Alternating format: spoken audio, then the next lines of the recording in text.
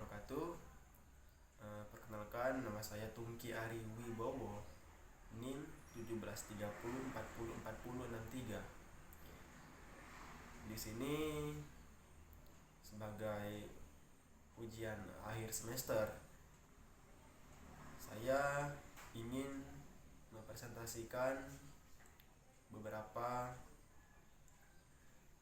materi terkait politik gender di Indonesia khususnya, sebagaimana mata kuliah politik gender. Mungkin langsung saja pada poin-poin yang ingin saya sampaikan. Yang pertama, pemberdayaan politik perempuan. Kalau kita berbicara tentang politik gender, kita tidak terlepas dari peran perempuan, di mana perempuan Indonesia lebih banyak bekerja di sektor domestik. Umumnya pekerja rumah tangga. Perempuan yang bekerja di ranah publik pada umumnya masih harus mengurus rumah tangga. Jadi di sini yang saya ketahui, peran perempuan yaitu mempunyai dua peran, sebagai ibu rumah tangga ataupun sebagai wanita karir. Walaupun perjuangan emansipasi wanita yang mengupayakan kesejajaran atau kesetaraan perempuan dengan laki-laki, secara umum perempuan yang bekerja di ranah publik masih pada posisi yang kurang menguntungkan. Perempuan lebih cenderung terbatas akses dan kesempatannya untuk mendapatkan jabatan. Di samping sering dipandang kurang kredibel dalam memegang pekerjaan-pekerjaan penting, secara tradisi perempuan ditempatkan pada posisi yang kurang menguntungkan, yakni hanya berpusat pada aktivitas rumah tangga. Bahkan ada semacam jargon orang tua yang enggan untuk menyekolahkan anak perempuannya karena paling nanti hanya akan diambil istri dan mengurusi rumah tangga saja. Hal semacam ini terus-menerus diturunkan pada setiap generasi, sehingga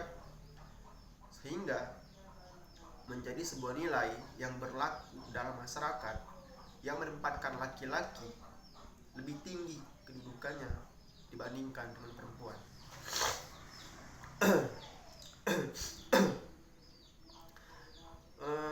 Secara umum ada dua persoalan yang melatar belakangi hal ini terjadi, yaitu kultur dan pemahaman tentang agama, yang merupakan faktor klasik keterbelakangan perempuan dalam kehidupan bermasyarakat.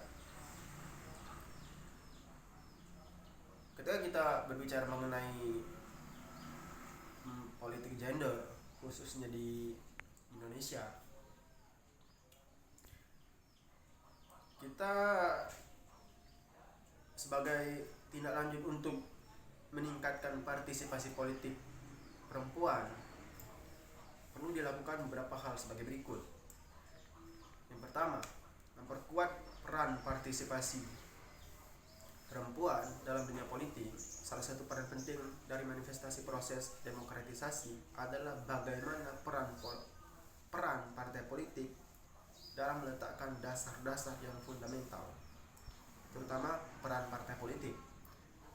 Di Indonesia, keterlibatan perempuan dalam level manajemen partai masih sangat rendah, dan sistem ini masih belum dapat dilaksanakan.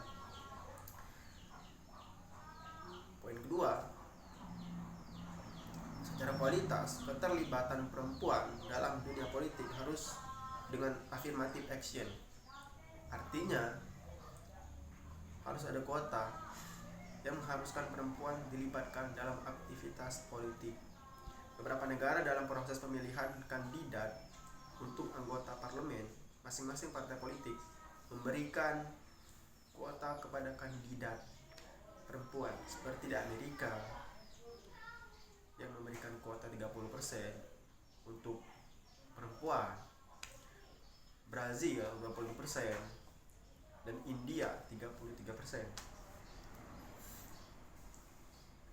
Jika kita berbicara mengenai pemberdayaan atau partisipasi politik perempuan, maka sedikitnya ada dua faktor utama sebagaimana diajukan oleh Center for Asia Pacific Women in Politics yang menjadi hambatan utama. Adapun dua faktor yang dimaksud adalah yang pertama, pengaruh dan masih mengakarnya peran dan pembagian gender antara laki-laki dan perempuan yang tradisional yang membatasi atau menghambat partisipasi perempuan di bidang kepemimpinan dan pembuatan kebijakan atau keputusan.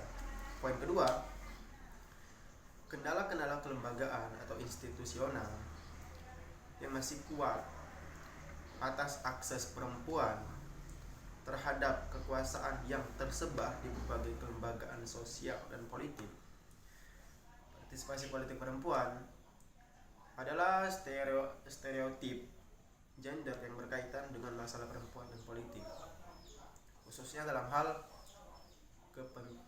kepemimpinan politik, di mana stereotip ini memiliki dua kategori, yaitu perempuan tidak terlalu pas untuk masuk dalam dunia politik, dan yang lebih khusus lagi duduk di dalam posisi kepemimpinan politik. Poin kedua, tuntutan yang tinggi bahwa perempuan yang terlibat dalam kekuasaan dan otoritas harus mampu segalanya. Secara tradisi yang merupakan hasil konstruksi sosial atau buatan manusia, ranah politik, ranah publik adalah ranahnya laki-laki dan ranah privat adalah ranahnya perempuan. Kita beralih ke poin ataupun pembahasan selanjutnya, yaitu gender dan demokrasi.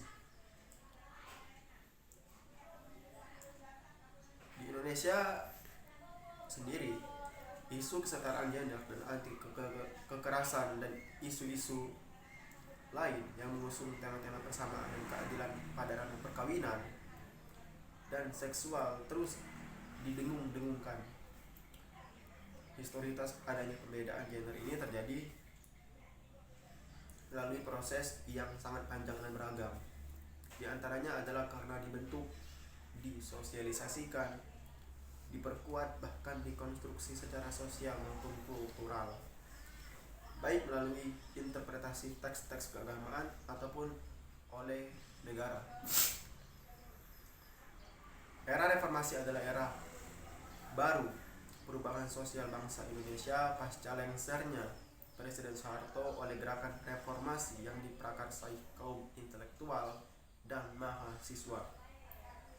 Kesetaraan gender dan partisipasi kaum perempuan di ranah publik pasca reformasi merupakan isu yang menarik karena sebelumnya peran dan akses mereka sangat terbatas atau dibatasi.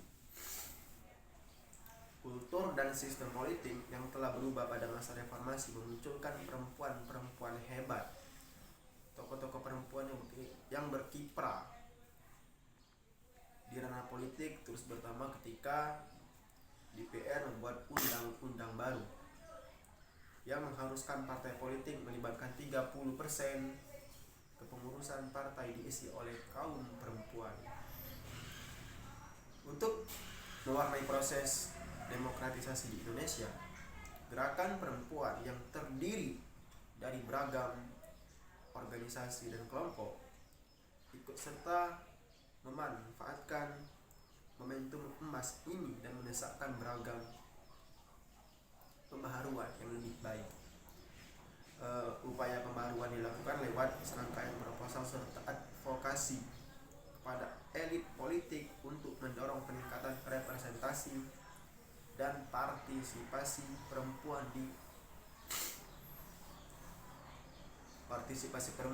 di arena politik. Secara historis telah terjadi perlakuan yang tidak seimbang yang menempatkan perempuan pada posisi yang lebih rendah dibandingkan laki-laki. Selanjutnya kita ke poin atau pembahasan berikutnya, yaitu politik gender Orde Baru.